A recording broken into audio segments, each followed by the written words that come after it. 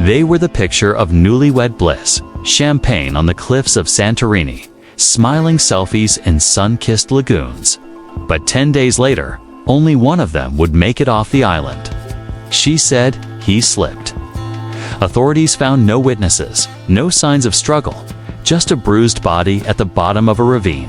And a wife who couldn't stop smiling in the police interview. Was it a tragic accident or a honeymoon designed to end in death? If love brought them here, what killed it before the first anniversary? They say your life flashes before your eyes before you die. But I wonder, does your marriage do the same? Erin stared out the airplane window, the Aegean Sea catching bits of sun, like scattered glass. Daniel, beside her, scrolled through emails even as the flight attendants announced descent. His phone buzzed. She glanced at him.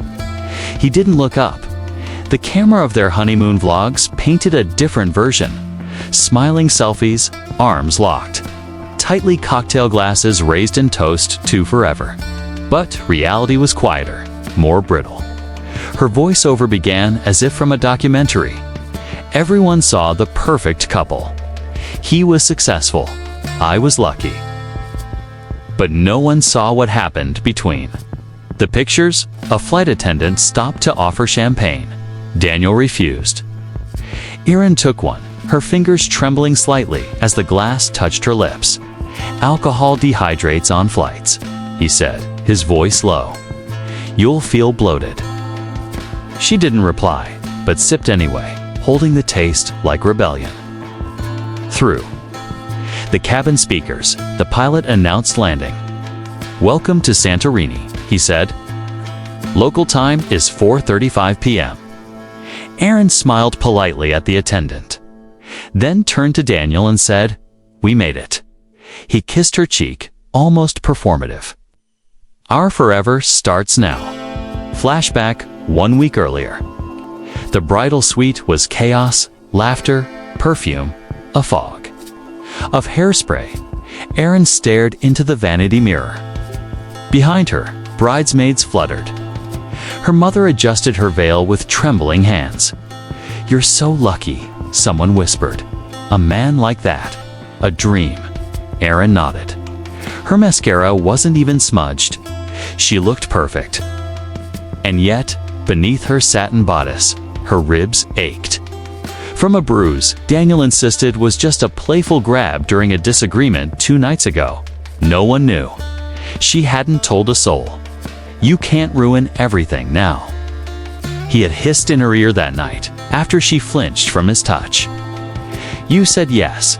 Back on the plane, turbulence nudged the cabin. Daniel instinctively gripped her arm. Hard. You okay? He asked. She smiled too quickly.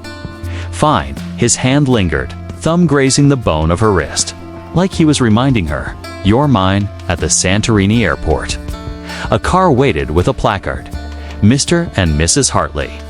The driver, a gray-haired local, with a wide grin, loaded their bags and called Erin La Bella Sposa. Beautiful bride. Daniel laughed, arms slung around her waist, squeezing too tightly. She is, isn't she? They rode in silence through winding hills.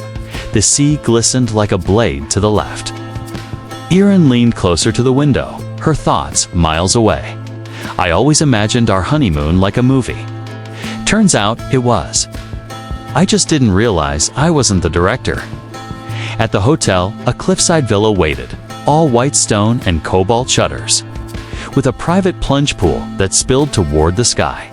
A bottle of wine chilled on the counter. Honeymooners, the concierge beamed. Our most romantic suite. Daniel pulled Erin into a kiss as the door shut. We should christen the place. But Erin was already in the bathroom, pretending to adjust her makeup, staring at herself under flickering vanity lights. She touched the bruise on her upper arm. Skin bloomed purple beneath the lace of her sleeve. He didn't hit me. Not really. Not yet. That night, they posted a video. First day in paradise. #honeymoon vibes. #forever HARTLEYS. Daniel edited it on his laptop. adding a romantic song beneath drone footage of them walking along the beach. He timed it perfectly. Her dress flaring, his hand brushing hers. Erin watched it once, then again, then stared at the way she smiled. So believable. So staged. I used to think lying was telling someone something that wasn't true. But sometimes lying is what you don't say, and what you post at just the right time. Later, Daniel insisted they FaceTime her parents. He was animated, sweet. Erin's mother wept. "You look so happy, darling." "I am," Erin said, her voice flat. "So happy." When they hung up, Daniel looked at her, tried to sound more convincing next time. She didn't respond, just turned away, the waves crashing like distant applause. On the second day, they unpacked together. Daniel pulled out their itinerary, printed and color-coded. Breakfast by 8. Boat tours at 10. Lunch in Fira by 1. I want to get drone shots at the cliffs before sunset. Erin stared at the list. No downtime. Daniel's eyes narrowed. "Don't ruin this, Erin." He was already lining up the GoPro on the balcony. "He didn't bring me here to relax. He brought me to perform." That night, she lay awake beside him. The sea hummed below. She could hear the wind, the faint clatter of a wine glass left outside. The almost imperceptible sound of Daniel breathing. She whispered into the darkness to no one in particular. "Please don't let me die here." And yet, a part of me already had. As morning crept in, soft gold light spilled through the shutters. Erin slipped out of bed, grabbed her phone, and typed a message she never sent. If anything happens, it wasn't an accident. She deleted it. But the silence it left behind would echo louder than words. The sun rose like a wound over the caldera, casting a bloody glow across the whitewashed walls of their suite.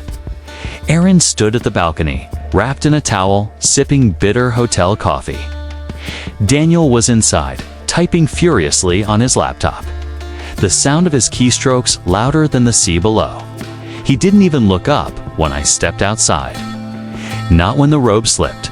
Not when I called his name. He wasn't watching me anymore. "Are we doing the hike today or not?" she asked without turning. "No," Daniel said. "I have to move some things around with the Singapore account. Can't miss the window." She let the silence fill the air like mist. She was beginning to understand the honeymoon wasn't a pause. It was a shift. A reallocation of power. Inside, the suite was immaculate. Too immaculate. Not a suitcase out of place. Not a single towel on the floor. Daniel liked things tidy, controlled. He said mess made him nervous. Okay. Erin once spilled wine on a rug at home. He didn't speak to her for 2 days. She glanced down at the side of her hip as she changed. Faint greenish-yellow bruises bloomed beneath the waistband of her shorts. Ghosts of an old argument. The bruise on her wrist had faded to the shape of a thumbprint. People think abuse has to be loud. Screaming, slapping, breaking things. But sometimes abuse is the absence of things. The silence. The way your body hurts without remembering why. Later that afternoon, she suggested they go for a walk. Just around the cliffs, I heard there's a little chapel with blue domes. Daniel didn't even look up. Too touristy. We Are tourists. Not like them, he said. We travel smart. We don't waste time. That evening, they dressed for dinner. Erin wore a white dress she bought months ago, a flowing thing with an open back and loose straps. She hoped it would remind him of why they came here. He didn't comment, just adjusted his collar and stared at his reflection. "You need powder," he said. "You're shiny." She didn't reply, just touched her cheek and smiled, almost reflexively, like a performer adjusting before the curtain rises. They walked to the restaurant, a candlelit patio carved into the cliffside. The kind of place where people propose, where violins play in the background, where the food is delicate and the wine comes from the vineyard behind the hill. Erin looked radiant in the soft light. A couple across the patio toasted 2:30. Years. Erin watched them for too long. Daniel scrolled his phone under the table. You said no work. She whispered. I'm checking crypto, he replied. We're down? You mean you're down? His eyes narrowed. The waiter arrived. A middle-aged man with suntanned skin and a silver wedding band. He looked at Erin, then at Daniel. You're back again, he said warmly. Daniel looked up. Sorry. The waiter tilted his head. You stayed here last spring, yes. Erin blinked. No. First time. The waiter paused, confused. Then, smiled, bowed, and stepped away. I watched Daniel's face. He was too quick to dismiss it, to calm. And I realized I wasn't the only one with secrets. Back in the room, Erin stepped out of her heels and walked barefoot across the cool tile. Daniel shut the curtains and checked the sliding door lock.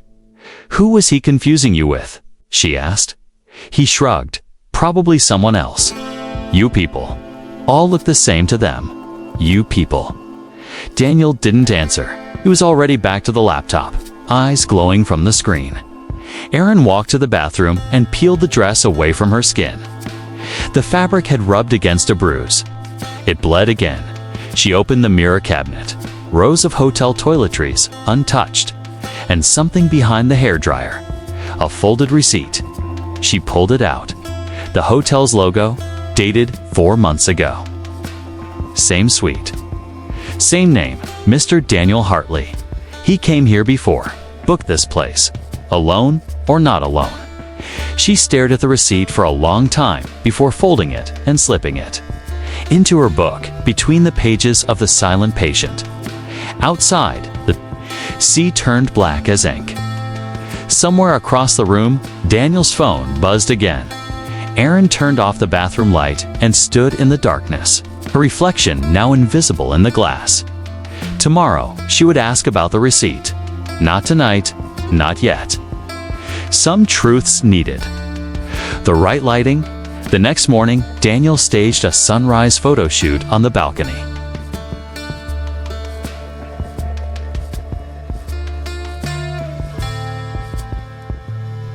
Lift your chin, no higher, and try not to squint. You'll ruin the framing. Erin sat still in the linen robe, her fingers curled tightly around a coffee cup that had long since gone cold. She stared toward the horizon, but saw nothing. He clicked away, shifting angles, tapping to adjust exposure. The shutters of the DSLR sounded like small gunshots in the still morning air. He always wanted the version of me that didn't exist. The one who didn't squint, didn't question, didn't bleed. A new post went up that afternoon, waking up with this view. Grateful for my forever hashtag, SANTORINI, dreams. Hashtag couple goals, thousands of likes, comments with heart emojis. Ah, you guys are perfect. Literally, the dream. You, one life. The reality.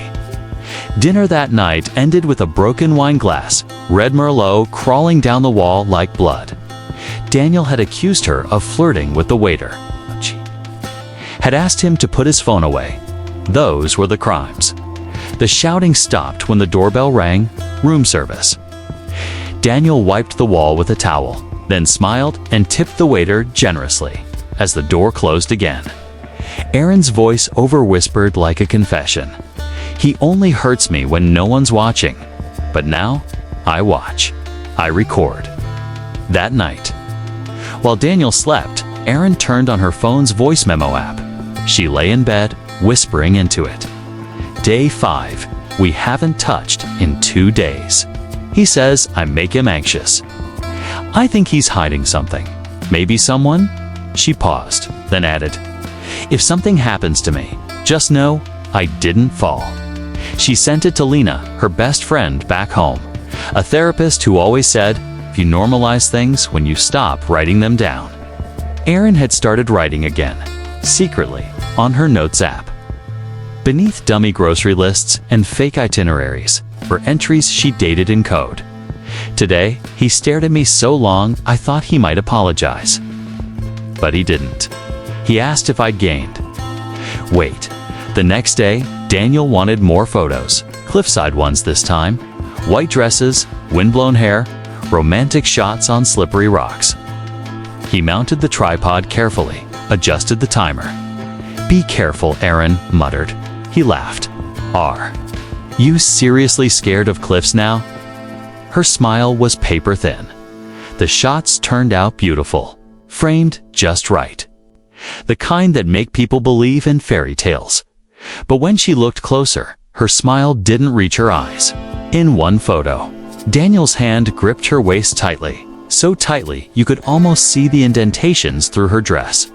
She cropped that part out before she posted it. Inside the suite, Erin began leaving her phone in record mode whenever Daniel got angry. She didn't confront him, not yet. She just documented once. He slammed a cabinet door so hard it cracked the hinge. Another time, he threw her sunscreen into the pool because she forgot to pack his razor. "I became two people," her narration confessed. The one smiling online and the one quietly collecting evidence. In case I needed to leave. Or in case I couldn't. The turning point came on a Tuesday. They were in the lounge by the infinity pool. Daniel took a call, stepped away, spoke in low tones. Erin put on her sunglasses and pretended not to listen. But she heard it. A name. Sophie. She didn't move. "I told you not to call while I'm here," he snapped. Then softer. "Yeah. I miss you too." So that's who he brought last time. That night, Erin uploaded a video to her private cloud, an edited clip of Daniel. Yelling about her mood swings, spliced with bruises she photographed in the mirror. She called the folder, Sunset Insurance. Then she did something she hadn't done in a while. She called Lena. It went to voicemail, so she left a message. "Hey, it's me. I'm fine. Just ... tired. I know I sound strange. I'm documenting things, okay? Just in case. Don't freak out. Don't call back right away. I'll explain everything when I'm home." She hung up, stared at her reflection, then at Daniel sleeping. They say pictures don't lie. But that's not true. Pictures lie better than people. The next morning, Daniel handed her an itinerary. "Hike to the chapel," he said. "Sunset shots, I'll bring the drone." Erin smiled, quiet, numb. He never takes me anywhere without a reason. As they walked out the door, her phone buzzed. A text from Lena. "Are you safe?" Erin didn't reply. She just slid the phone into her pocket and took a deep breath. The hike wasn't on the itinerary. Daniel woke her early, pressed a folded map to her chest, and said, "One last sunset together. Just us. No drones, no phones." Erin blinked sleep from her eyes. "Today?" He nodded. "The trail ends at the Cliff Chapel. It'll be empty." Perfect view. Her first instinct was to say no. Something in his voice had that edge, the one that came before the coldness. But she couldn't place it. Not yet. He never asks, unless. It already feels like a command. They packed lightly water bottles, a camera, protein bars. Daniel left his laptop behind, but Erin brought her phone. She told herself it was for safety, but deep down, she knew it was for proof. The trailhead started behind the resort, marked only by a painted stone and a barely there path. Daniel led the way. Erin followed a few feet behind, eyes scanning the loose rocks and narrow turns that twisted between sharp drop-offs. The sun hadn't begun its descent yet, but the air already smelled like salt and dying light. He said we needed to clear our heads. I think he meant quiet mind, strengthen his. Flashback. 3 months earlier, they were arguing in the kitchen. It started with a burnt omelet, ended with a shattered plate. "You always ruin the moment," he hissed. She stepped back. He grabbed her wrist. You think you can just leave? I'll ruin you."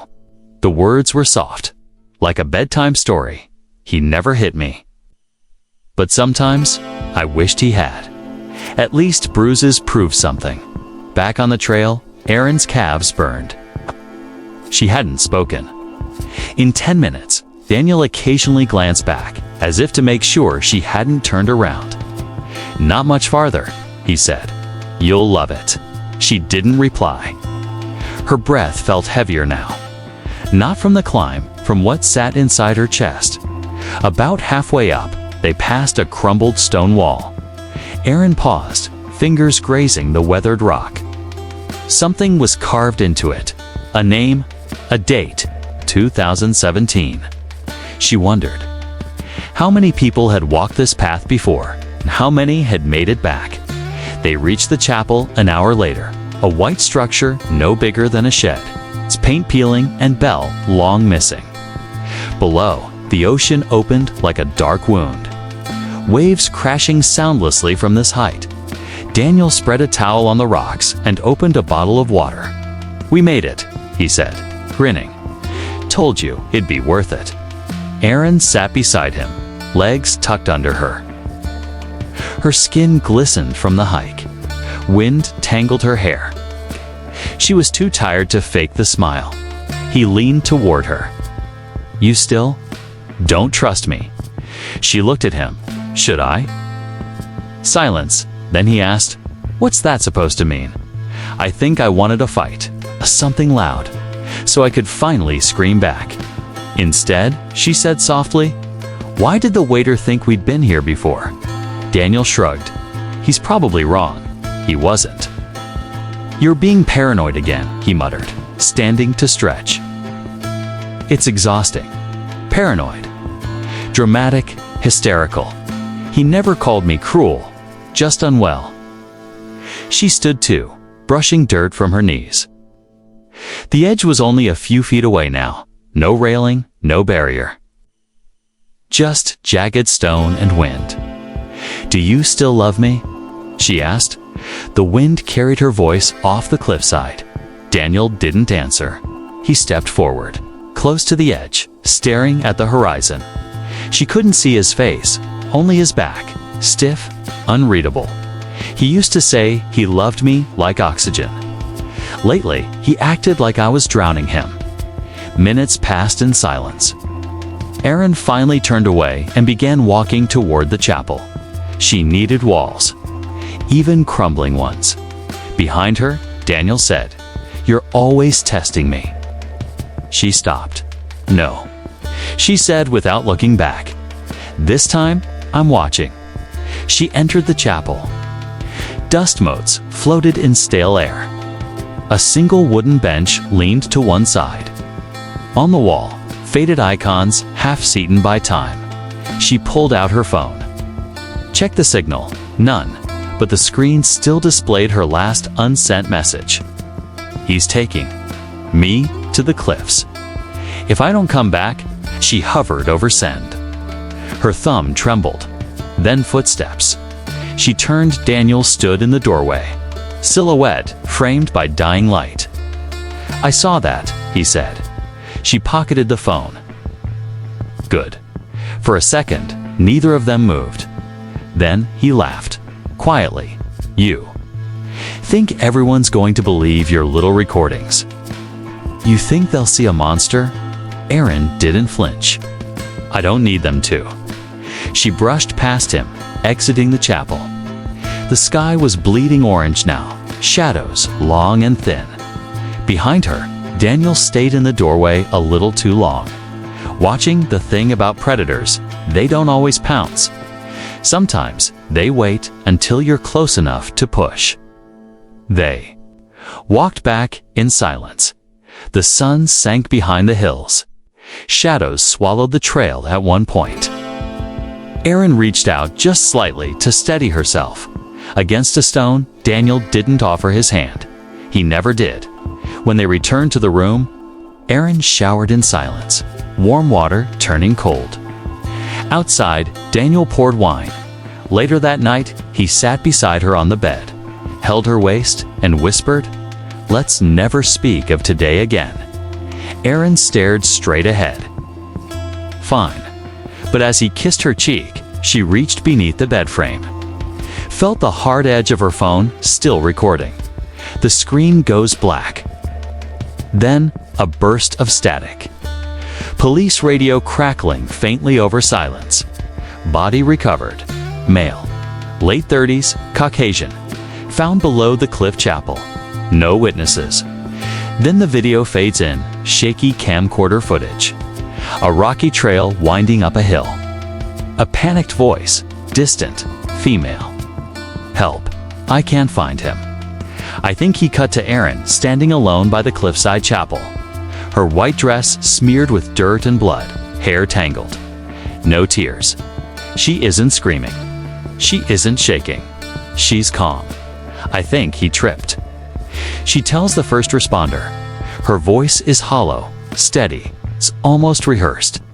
The official report logs the time as 7:42 p.m. Daniel Hartley, deceased, cause of death pending autopsy. Fall distance, approximately 40 meters. Witnesses, none. Survivor 1, spouse. Erin rides in the back of a police vehicle. Her hands are scraped. Her lip is split. The officer driving glances at her through the rearview mirror. Ma'am, can you tell us again what happened? She looks out the window. We were walking back. He lost his footing. I think he tripped. Pause. The officer scribbles something.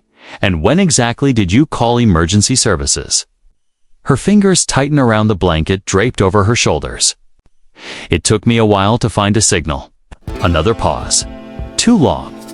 Inside the station, fluorescent lights buzz overhead. An officer hands her a bottle of water. She doesn't drink it. Across from her, Detective Elias Nico sits down mid-40s. Tan skin, quiet eyes.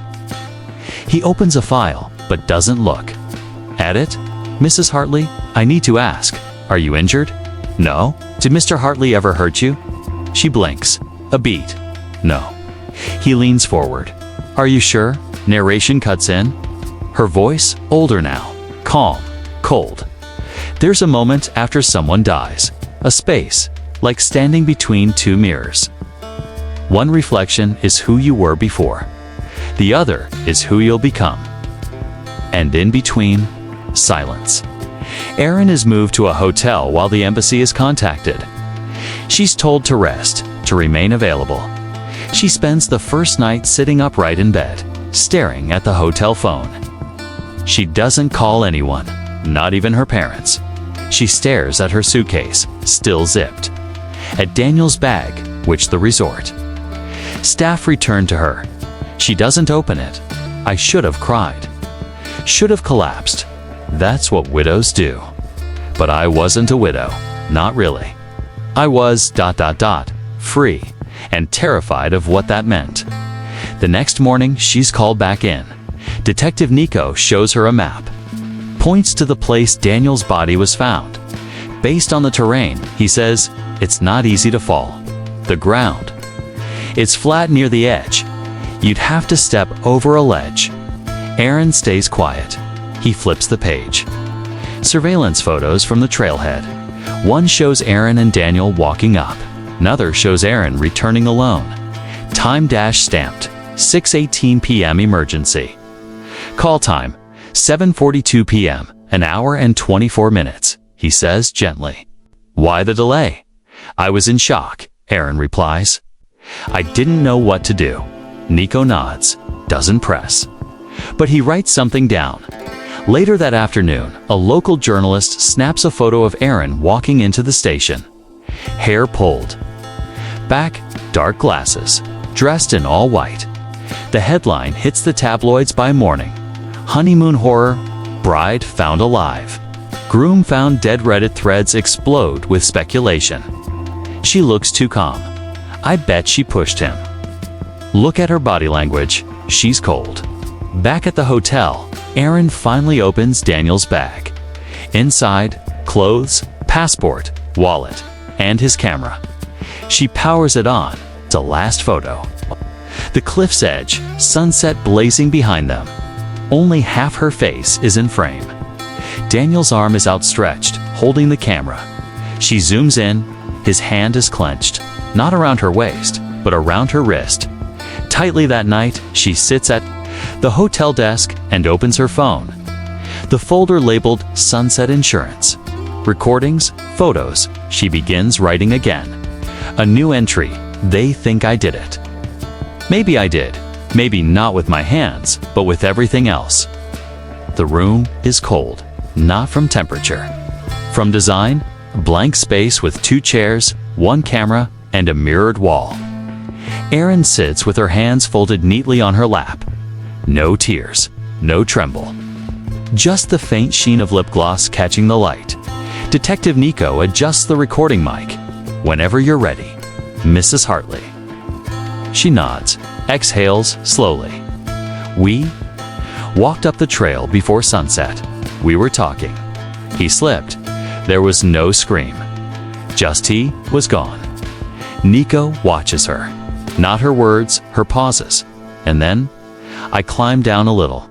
Tried to see if he was moving, but I couldn't reach him. Why wait over an hour to call? Erin looks down.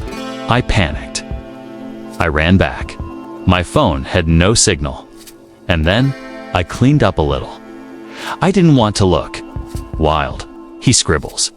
You applied lipstick before dialing 112. She doesn't answer immediately. That was your instinct. He adds, quietly. Erin lifts her chin. I didn't want them to think I was hysterical. Outside the interrogation room, 2 new arrivals wait stiffly in plastic chairs. Daniel's parents, Margaret Hartley, silver hair in a tight bun, fingers white around a clutch purse. Her husband, Graham, tall and silent, eyes like granite. Neither weeping.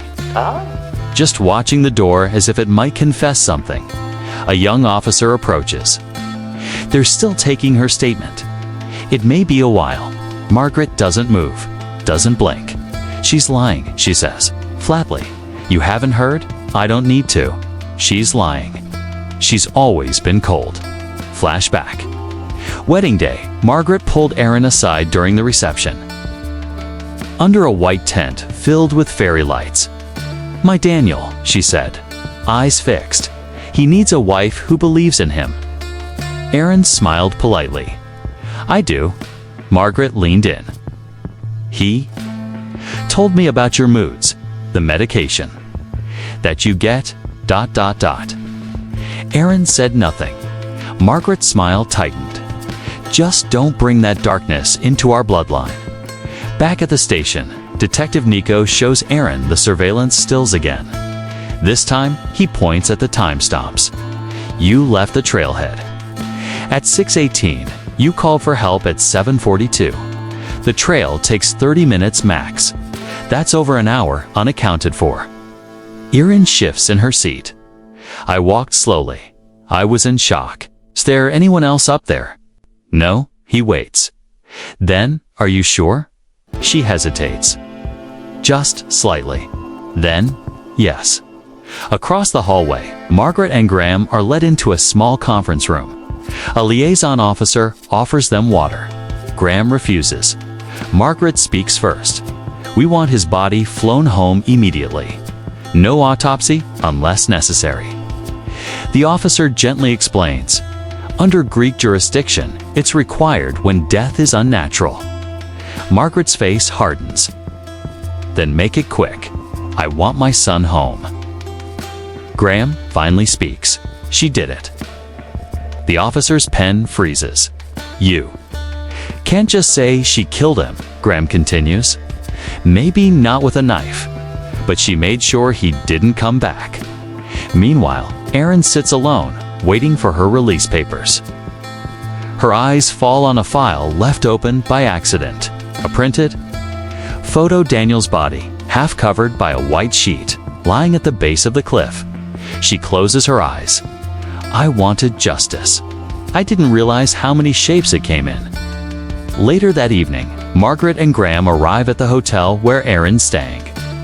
Not by coincidence, Margaret walks up to the front desk. I want to speak to her. The clerk hesitates. She's not seeing anyone. Margaret places a framed photo of Daniel on the counter. I think you'll understand this is important. The clerk relents. Erin opens the door slowly. Margaret doesn't wait to be invited in. She walks past her, straight, into the suite. Graham lingers in the hallway. I know you think you can charm them, Margaret says, setting her purse down. The press, the police. But I know the difference between grief and performance. Erin stays silent. You posted a selfie 3 days ago, smiling. That was before. No, Margaret snaps. That was during. You knew what you were going to do. Don't pretend otherwise. Erin stares at her for a long time. Then softly, you didn't raise a saint. Margaret steps closer, and you didn't marry one. But at least I didn't kill him. The door closes behind her. Erin stands alone again. It was protocol, routine, they said. Detective Nico collected Erin's phone himself. Standard procedure, he told her gently. We're just trying to understand the timeline. She handed it over without hesitation. Unlocked. No password request. I thought I had nothing to hide.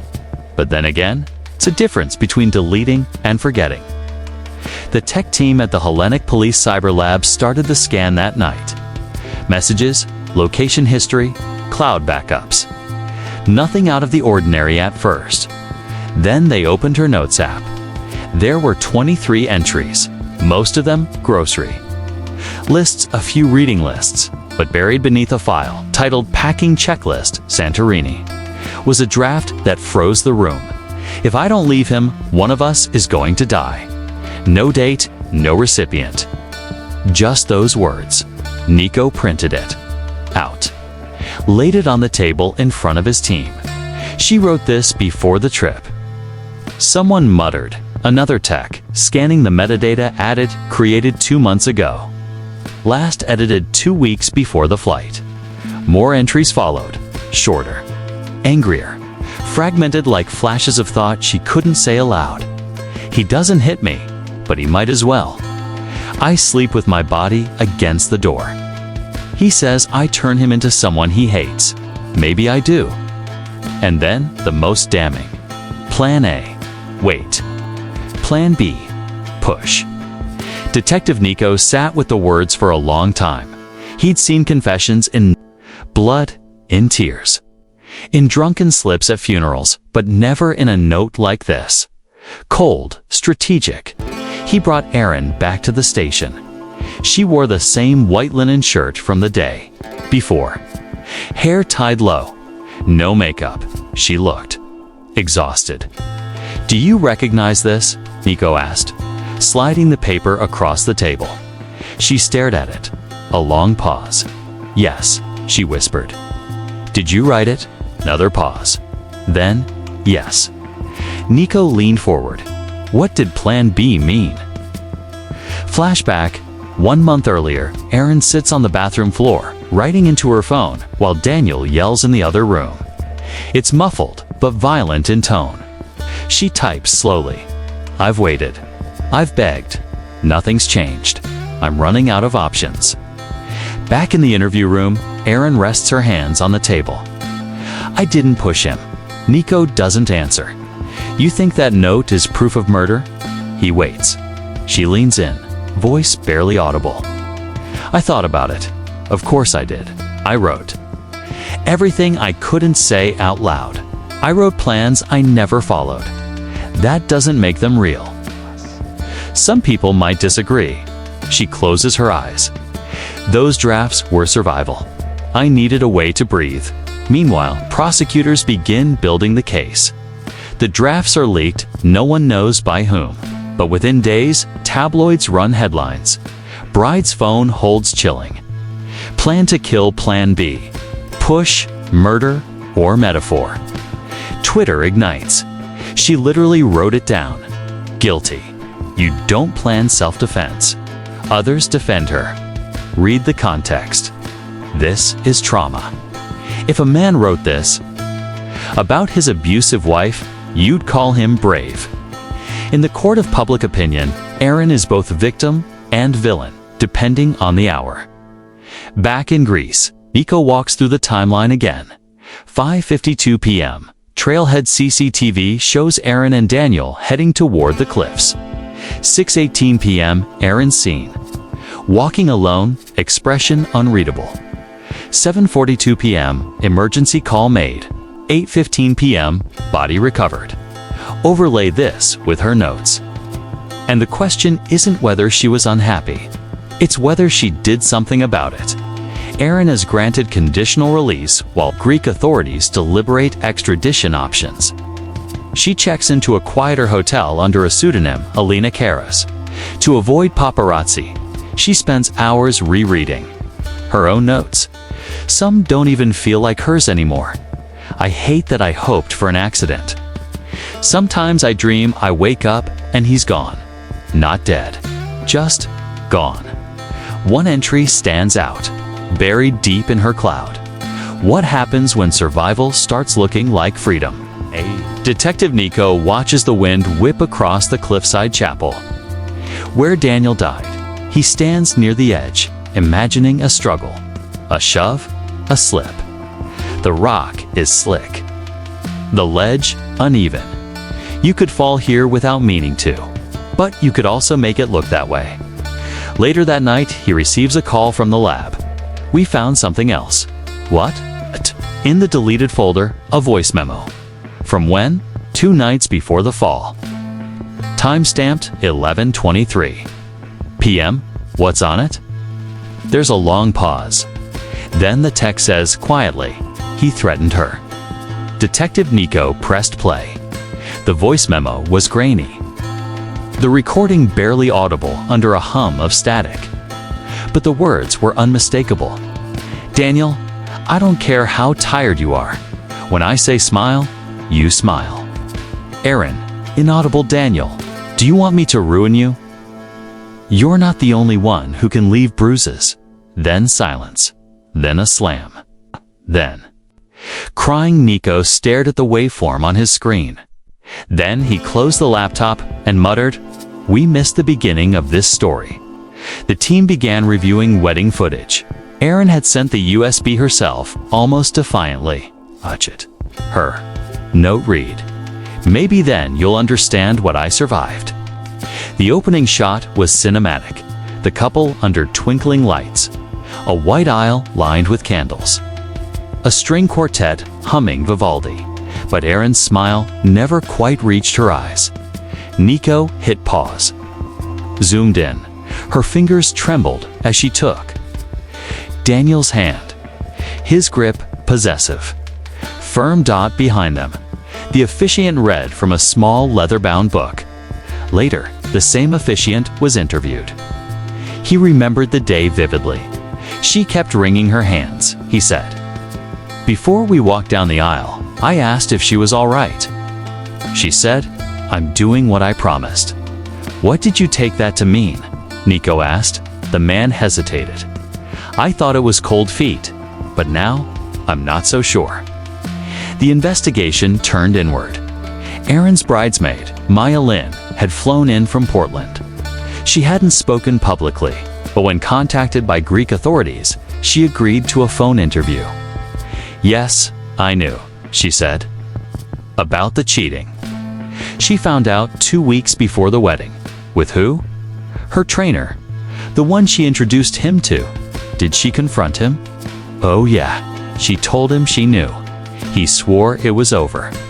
She didn't believe him, and she still married him. Maya's voice turned quieter, sadder. She said she'd handle it her way.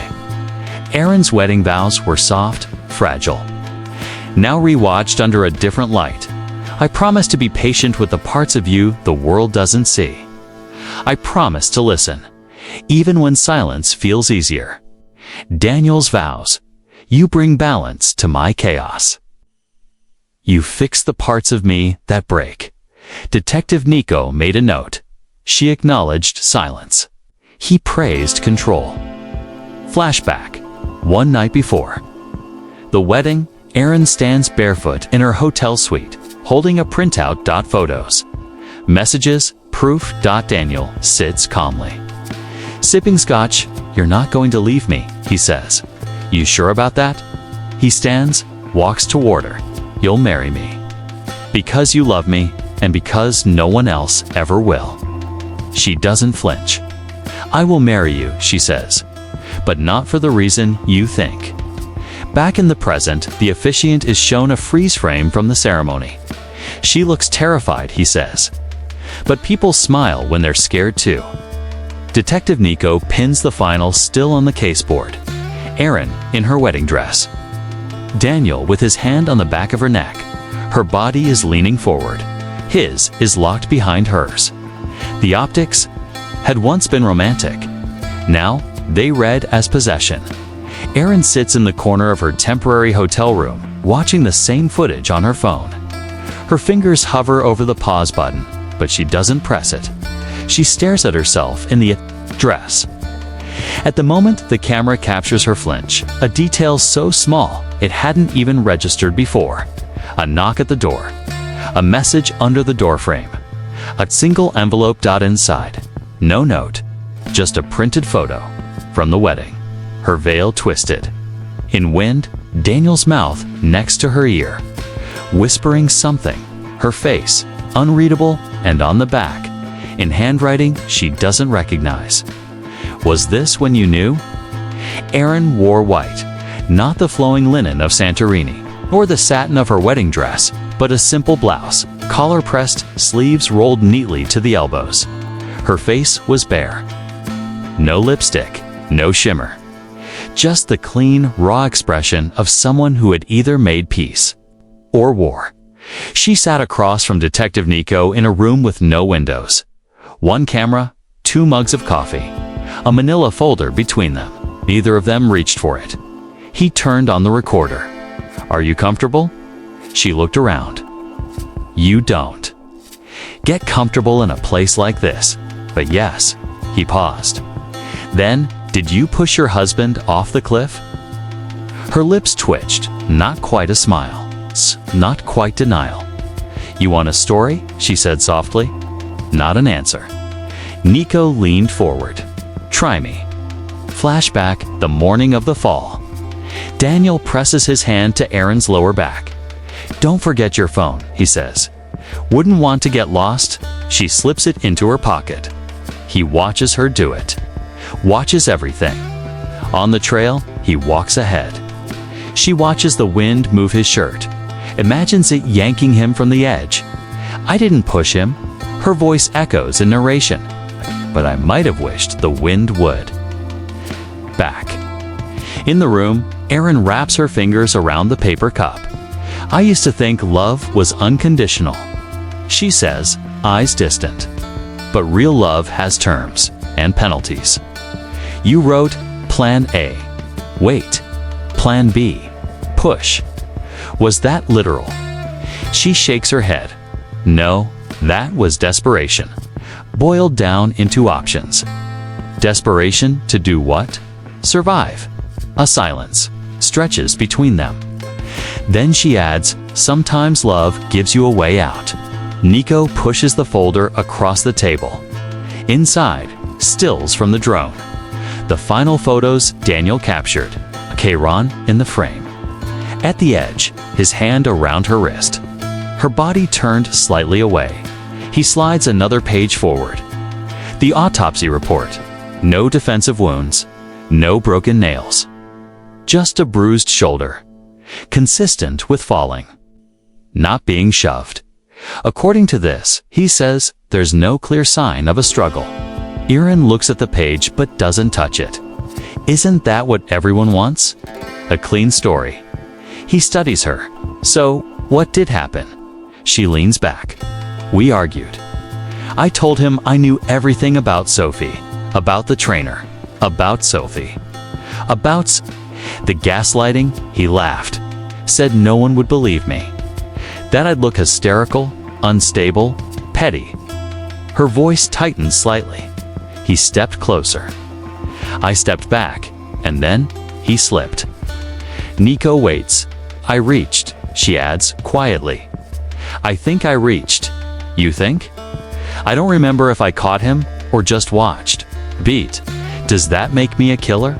Tico doesn't. Answer, neither does the room, but the tape rolls. Every breath, every pause, every hesitation logged later. The press will seize on one phrase. It comes at the very end of the tape, so soft the mic barely picks it up. I didn't push him, but I didn't stop him from falling either.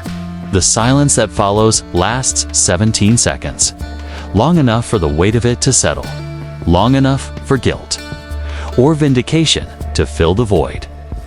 That night, Erin walks out of the precinct, into a fog of flashing bulbs. Cameras, reporters, shouts.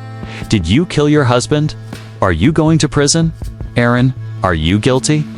She says nothing. A scarf covers her hair. Her hands are at her sides. She doesn't blink. Doesn't? Falter Margaret Hartley watches the footage on the morning news from her hotel suite. Her son's face appears on screen, then Erin's. She whispers, she's not grieving. She's winning. Erin returns to her room. She closes the curtains, kicks off her shoes, sits on the floor with her knees pulled to her chest. Then for the first time in weeks, maybe months, she cries. Not loud, not messy, just quiet streams that drip down her cheeks like ink. In the morning, H. Freedom, her narration says, never comes clean. In the morning, her lawyer calls. The court date has been set. Extradition confirmed. Charges formalized. A single headline runs across every international outlet by noon. Why faces? Trial in Cliff death, her own words may seal her fate. And below it, that line quoted, dissected, viral. I didn't push him, but I didn't stop him from falling either. The trial began on a rainy Thursday morning. Erin Hartley sat between her defense attorneys, dressed in charcoal gray. No jewelry, no smile. Just eyes that gave away nothing, and that, many would say, was the problem. Outside the courthouse, protesters held signs. Justice for Daniel, believe her, the smiling widow. Reporters pushed against metal barricades, yelling. Questions she didn't answer. Did you plan to kill him? Are you proud of what you did? She wasn't proud, but she wasn't sorry either. It's not complicated things. The prosecution opened first. A clean-cut Ada named Jordan Rives took the floor. He spoke softly, methodically, with the precision of a surgeon and the cadence of a preacher. Ladies and gentlemen of the jury, what begins like a fairy tale ends with a body shattered at the base of a cliff.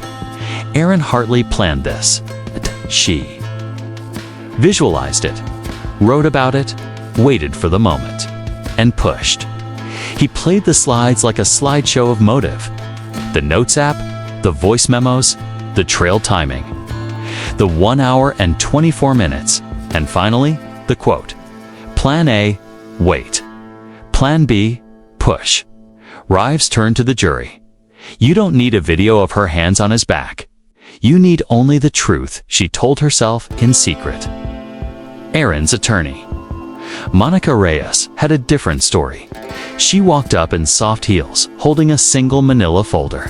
No theatrics. My client was not plotting. She was surviving. What you're about to see is the difference between intent and endurance. She pressed play. Daniel's voice filled the courtroom like a siren. You stupid bitch, you're lucky anyone even looks at you. Glass shattering. Erin's quiet sobbing. Then, a long silence. Then Daniel again. If you leave, I'll ruin you. If you stay, you'll learn to shut up. A juror covered her mouth. Another looked down. The courtroom held its breath. The defense built a portrait. Not of a killer, but of a cornered woman. Friends testified. Therapists, Maya, the bridesmaid, sobbed on the stand. She told me, if I disappear on that trip, it wasn't the wind that did it. Reyes asked, Did she ever say she wanted to hurt Daniel? No, she said. She didn't know how to leave safely. The prosecution countered with coolness. Surveillance of Erin returning from the cliffs, walking slowly. No signs of panic. Her wine-colored lipstick applied just before she called 112. Does this look like a woman in shock? Reeves asked. Or a woman who just finished what she started? Erin never took the stand. Her team knew better. The jury had already heard her voice in whispers, in cries, in dangerous clarity. Any more might turn sympathy into suspicion. The media fed on the ambiguity, day after day. Her face filled every channel. She doesn't cry. She walked away from the body. She booked the suite before. Who did she bring last time? Commentators picked sides. Psychologists debated trauma. Lawyers weighed intent. Strangers speculated online. She planned it. She warned everyone, and no one listened. She smiled in that photo. She smiled. Inside the courtroom, the jury leaned in as Reeves made his closing argument. Imagine standing at the edge of a cliff. The man beside you is the one who made you feel small, unworthy, afraid for years. No one else is there. No cameras. Number. Witnesses, just you and a decision. He stepped forward. If you let him fall, is it murder or liberation? Then he added, that's not justice. That's playing God. Monica Reyes responded with quiet fire. When the law fails to protect a woman like Erin Hartley, we are not asking for justice. We are asking for delay. Because sooner or later, silence kills. She held up a printed page, the voice memo transcription.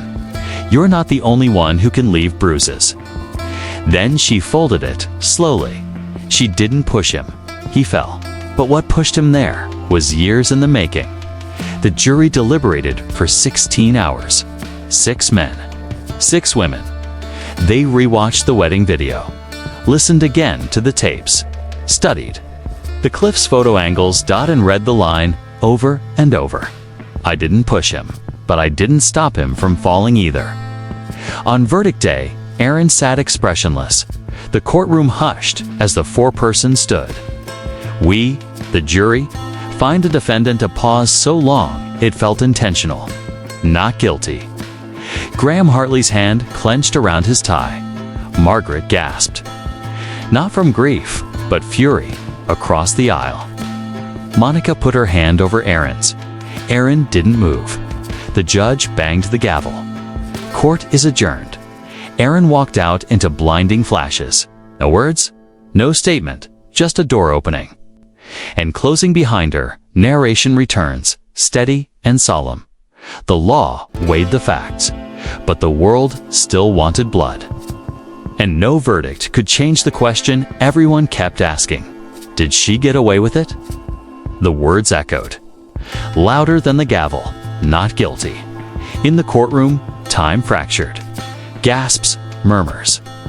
Muffled sobs, a chorus of disbelief swallowed by the solemn clang of the judge's voice. Court is adjourned. Erin didn't move.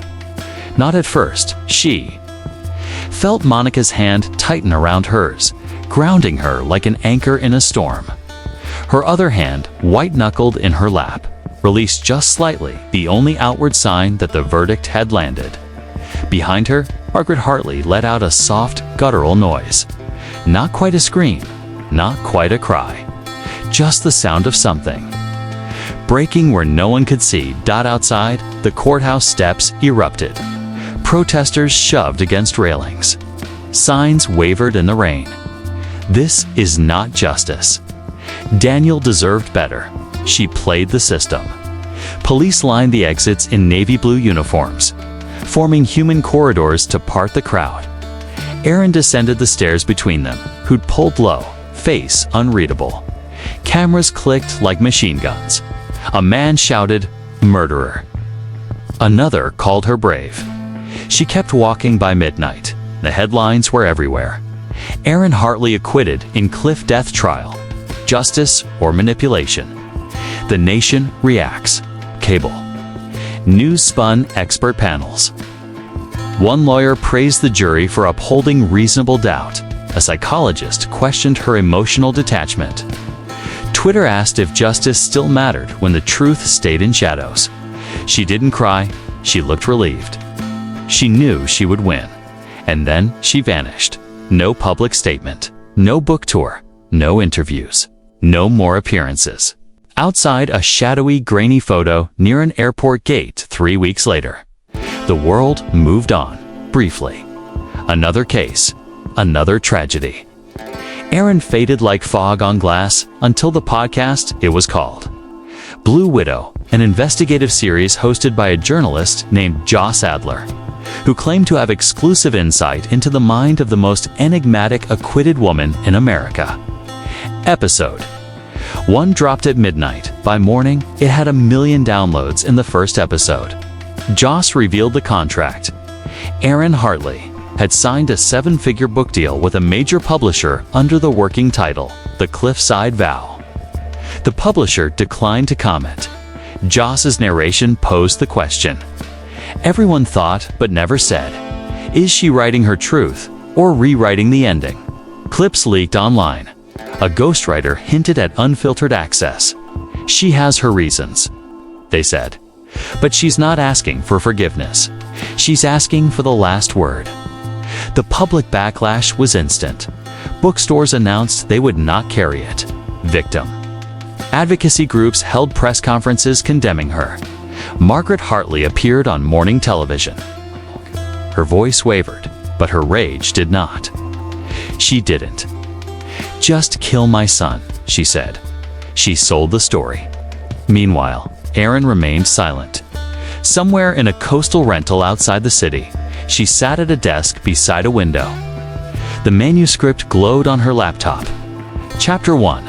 I didn't push him, but I didn't stop him from falling either. Outside, waves crashed against black rock.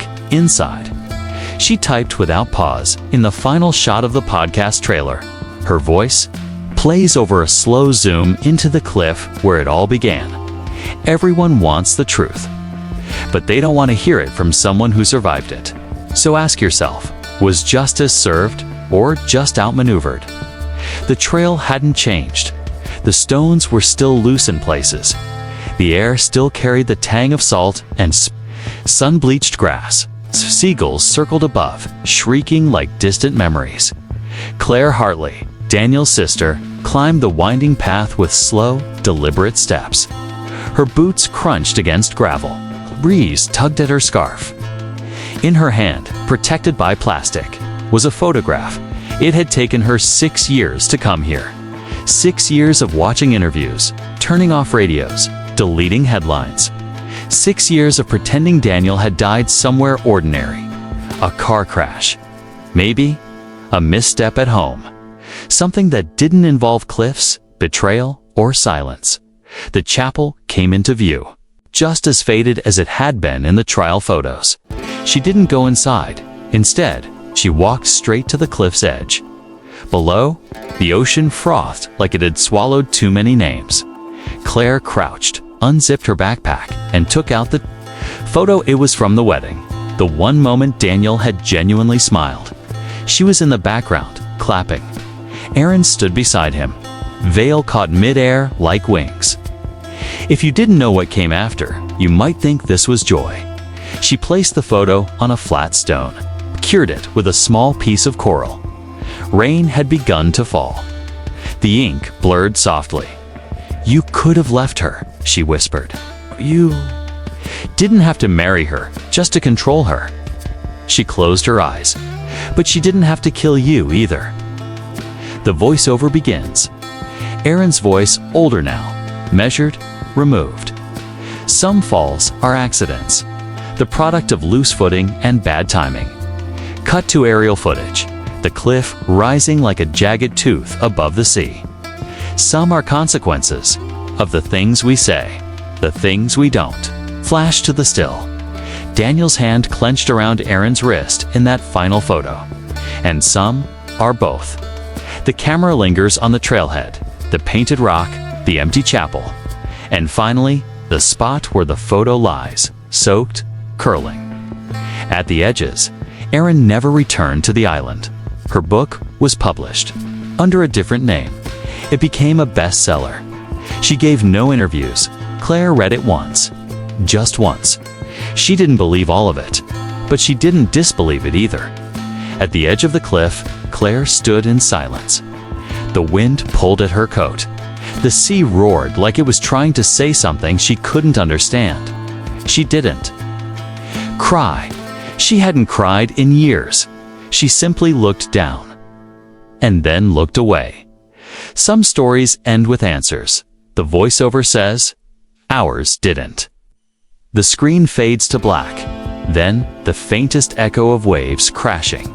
Then nothing. Just silence.